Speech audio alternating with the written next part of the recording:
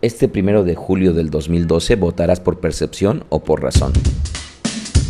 Soy un ciudadano mexicano y me pregunto, ¿votaré por un cambio o daré continuidad al gobierno? Tengo 40 años, casado, 2 hijos, pago impuestos y voy a votar. No milito en ningún partido.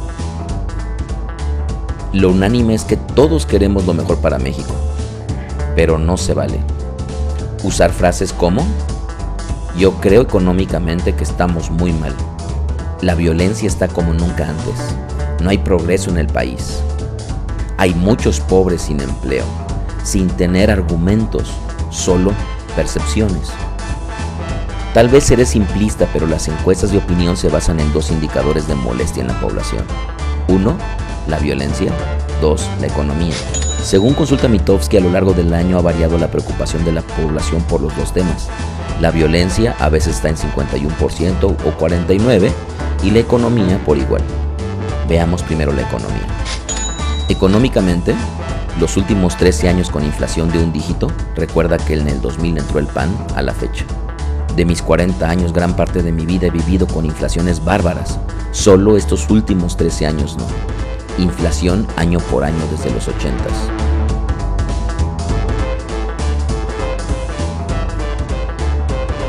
Fuente, el INEGI.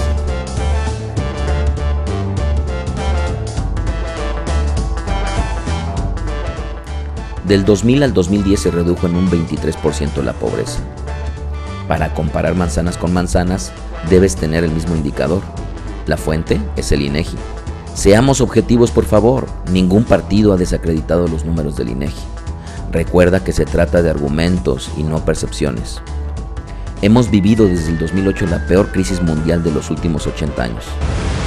La penúltima crisis mundial fue la Gran Depresión en 1929, la cual arrastró a todo el mundo.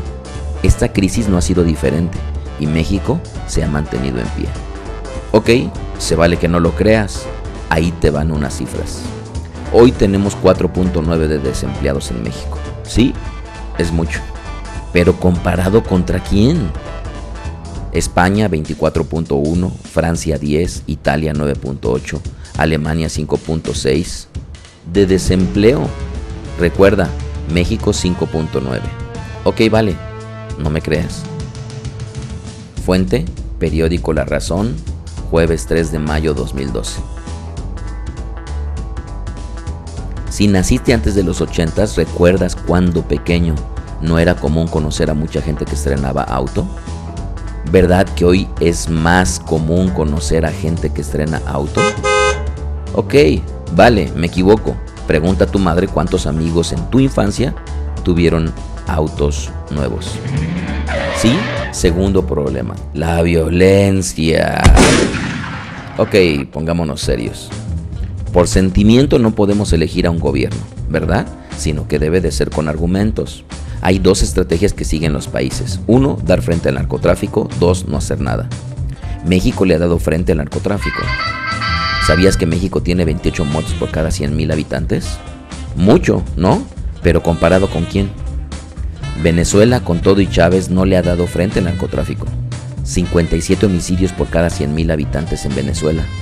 Ok, México está muy mal por la violencia. Pregunto nuevamente, ¿comparado con quién?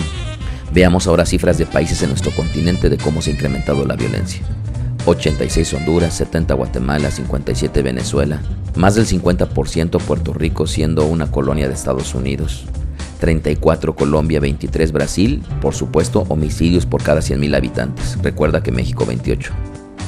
Ok, este es el panorama de homicidios en el mundo del año 2010.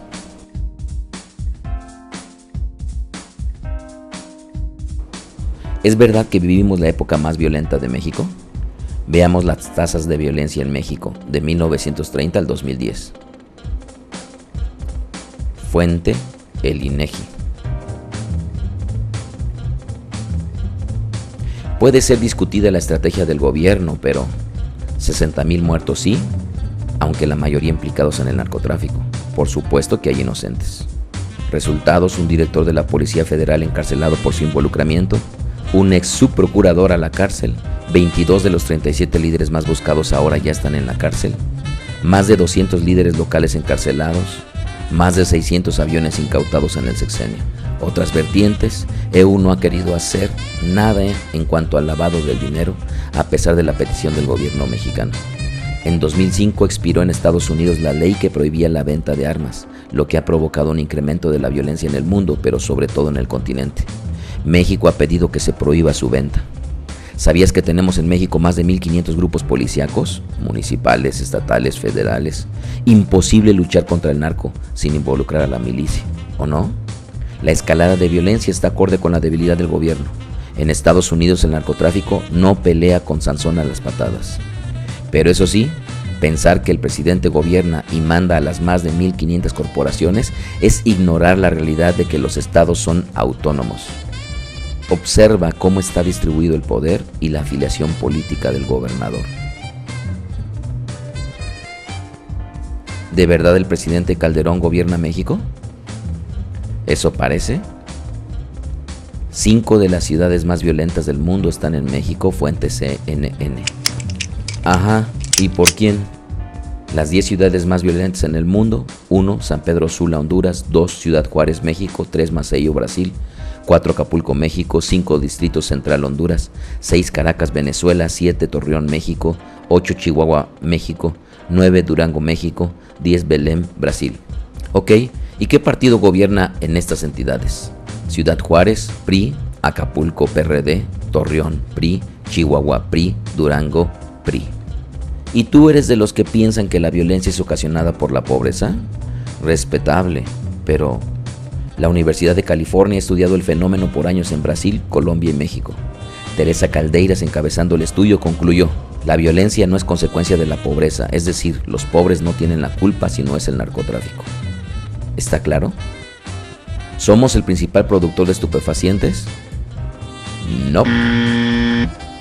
¿Somos el principal consumidor de estupefacientes? No. Ok, entonces, ¿por qué sería el gobierno federal el culpable? Datos del PRI en el poder. Acabas de leer que 5 de las ciudades más violentas quien las gobierna es el PRI en 4 de ellas, ¿o no? Ciudad Juárez, PRI; Torreón, PRI; Chihuahua, PRI; Durango, PRI. Ahora te recuerdo las cifras de inflación de las últimas 3 décadas en México. Fuente: el INEGI. Veamos nuevamente en forma gráfica quién gobierna el país.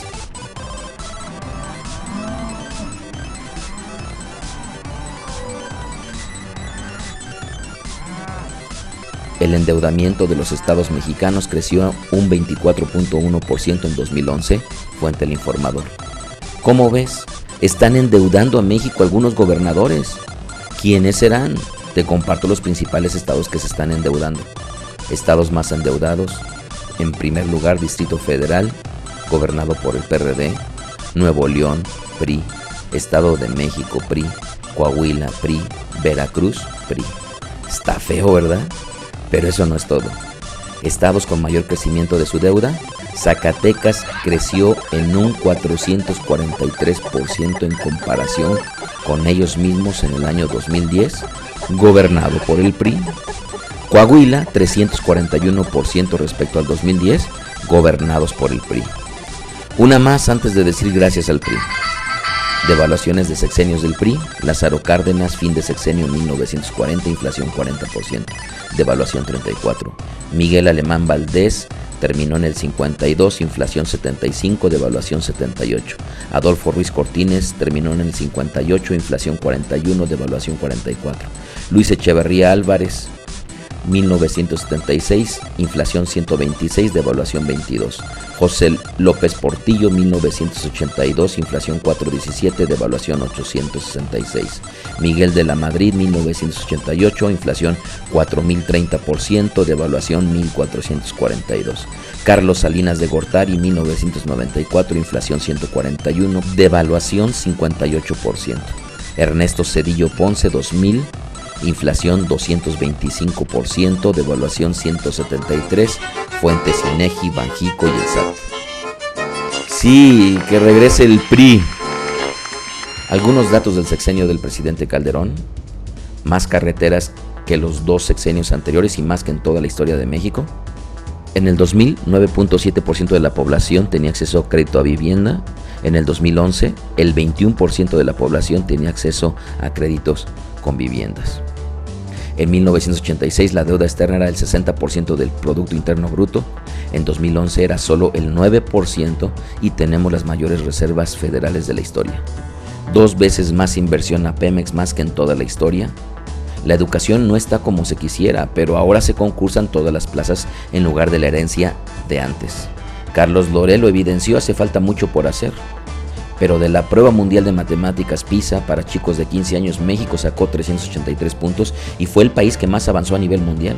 Hay que conocer que la nómina magisterial se maneja estatalmente y aunque se ha impuesto examen de calidad a los maestros, hay estados como Oaxaca, que gobierna Convergencia, que se han opuesto a ello y asimismo a que las plazas se concursen. Van 113,000 plazas concursadas en los últimos 4 años.